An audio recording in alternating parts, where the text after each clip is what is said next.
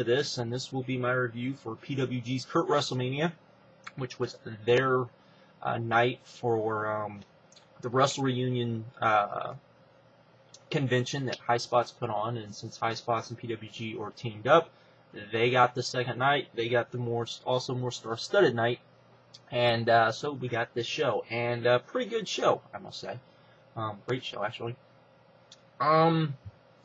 But, you know, I don't do a lot of PWG shows. As a lot of people know, I'm not the biggest fan of PWG, as a lot of people know. But I did get asked to do this review a lot, so I figured I would. I got this review I got the DVD in Phoenix at the ROH show, at the Dragon Gate show, because High Spots was there. High Spots sells PWG DVDs, because as I said, they're partnered up. So there you go. And I would also recommend, if you're going to buy stuff from PWG DVDs, I would buy them from High Spots.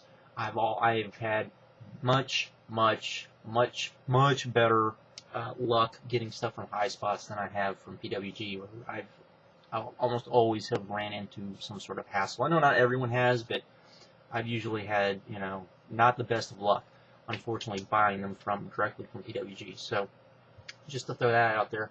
Like I said, I'm not the biggest PWG fan. I don't know what it is. Never been able to figure out what it is about it. That there's just something about it that just doesn't light my fire for some reason. But hey, it is what it is.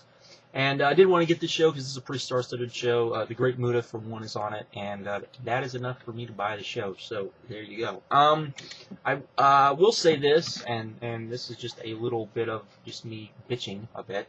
If you look on the DVD cover, you see this nice little, you know, Kurt WrestleMania, much in the classic WrestleMania style. Then you have everybody kind of on the cover. Originally, when they put up for the pre-order, none of these guys were there. It was just a blue background, and it looked about 1,000 times better, actually. So, and not that the DVD will get, you know, anything knocked off because of that, but it was kind of interesting that when they finally came out with it, they stuck everybody's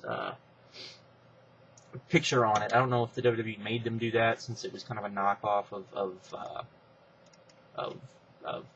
the classic WrestleMania logo, but it was what it was, I guess. Also, of course, you had Liger, Muta, and RVD on this show. And, you know, if you've ever seen a PWG show, they don't show the entrances because High Spots doesn't want to have the music from the entrances on the DVDs. So what they did on this DVD, so you could see those three guys' entrances, they stuck them at the start of when you first pop in the DVD and the load menu comes up. They stuck it on there.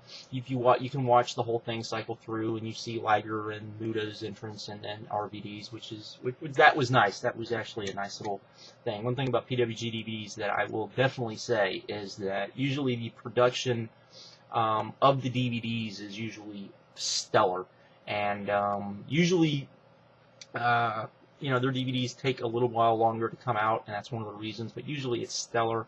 That was very nice to see. I would say that if you're used to the normal production that PWG usually puts on, there's one thing I would say is that the captions in between the matches where they pop up, tell you who the match is going to be for the next match, those weren't quite as good as you usually get. But like I said, this was a pretty quick turnaround for PWG, so there was that. So let's get on with the matches. Started off with an 8-person tag with Johnny Goodtime, Malachi Jackson, Candice, LeRae, and Jerome, LTP Robinson taking on the Cutler brothers, Ryan Taylor, and Christina Von Eerie. This was fun. It had lots of good spots, but it was also very, very sloppy, and Candice LeRae was in this match much longer than I would have liked. Especially when you had the guys kind of beating her up and stuff. It didn't come off as good as usual as I've seen elsewhere. I'll just say that. It's still okay match, but not as good as probably it could have been. And there was a lot of really great spots in this, so that was good. Then we had Brandon Bonham versus Brandon Gaston. This was okay as well. Your basic indie match, nothing spectacular, kind of what you would expect from, you know, a opener from from an X Division match, I would say. Nothing spectacular, but nothing horrible either. Then we got Human Tornado taking on Super Crazy. This was pretty good. Went a little short. If you haven't seen Super Crazy in recent, I would say last year, I think he's been on the Indies a little bit more. He's definitely gained weight, and but still still does all of his spots and still does a lot of the same stuff. He was here for the reunion, for the Wrestle reunion autograph thing, and so they stuck him in this match. This was okay, pretty good, not great, not as good as I would have thought.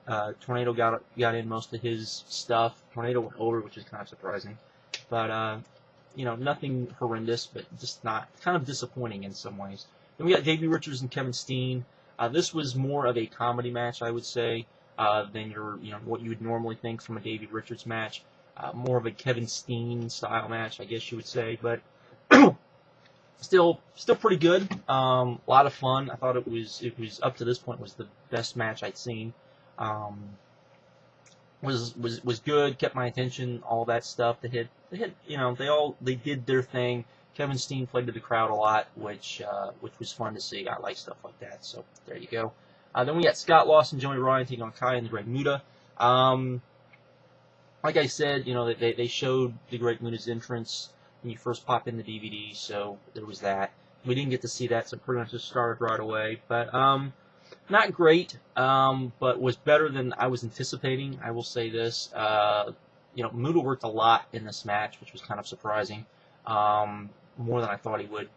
Kai, if you've ever seen Kai, he was as good as you would expect. Lost and Ryan played their roles very well. Muta did, except he did pretty much everything you would expect, except for the moonsault, which we'll probably never see him do again. So there's that. But I enjoyed this a lot. It was good to see Muta. It was good to see him put on, be in an entertaining match, and that's what this was. So I was fine with that. Then we got El Generico versus Jushin and Liger. This did not go as long as I thought it would. Was not that it went short. Only went just a little bit over 10 minutes, I think, and but was very fast paced. Was a lot of fun. Was just great stuff, to be honest. For the amount that they got, this was just a lot of fun, and my opinion, it was the match of the night. Just excellent stuff. Lots of brain busters, lots of guys getting thrown on their heads. Kicked out of a few finishers, but not finishers. The match ended pretty much when it felt like it should end, so that was good. Then we got the Young Bucks taking on Brian Kendrick and Paul London, which was a angle that they started at the start of the show. It was kind of like because Kendrick and London have not impressed me at all since they left the WWE. London in particular. Kendrick's been okay to good at times, but nothing great. This was a lot of fun. Went long. Was not what you'd probably expect. Wasn't a lot of craziness. Was kind of some controlled craziness. Was a good high flying match. Nothing spectacular, but nothing that I think was disappointing. Was actually kind of. I really enjoyed this match more than I thought I would. So there was that. The Young Bucks, are heels in PWG. So that was a nice kind of added. You didn't have like two face teams per se, so that was kind of good when you would think you'd have two teams like this. So that was good stuff. We got Chris Hero, Roderick Strong versus Rob Van Dam. I was kind of disappointed in this. This wasn't quite as good as I thought it would be, but it wasn't bad either. This was to me just a good three-way. Nothing spectacular. They did a lot of two guys in the ring at the same time, and then by the time they got to where all three guys were in the ring at the same time, it was kind of at the end of the match. Like I said, it wasn't great, but it wasn't horrible. Either it was actually pretty good. It was good to see Rob Van Dam in the ring. The fans liked it, and so it was what it was. Overall, I would say that the wrestling was very good on this show. I wouldn't say it was great, but I think the fact that you had the great Muta, you had Generico, you had Rob Van Dam wrestling, Kendrick and London both as a tag team put on a good performance. That's another thing that is, I think, more than kind of sells this DVD to me, and still made it a lot of fun to watch. It was nice to see kind of more of a star-studded kind of, and in some ways kind of a legend show in a way, but in kind of a good way. It was good to see, a lot of fun.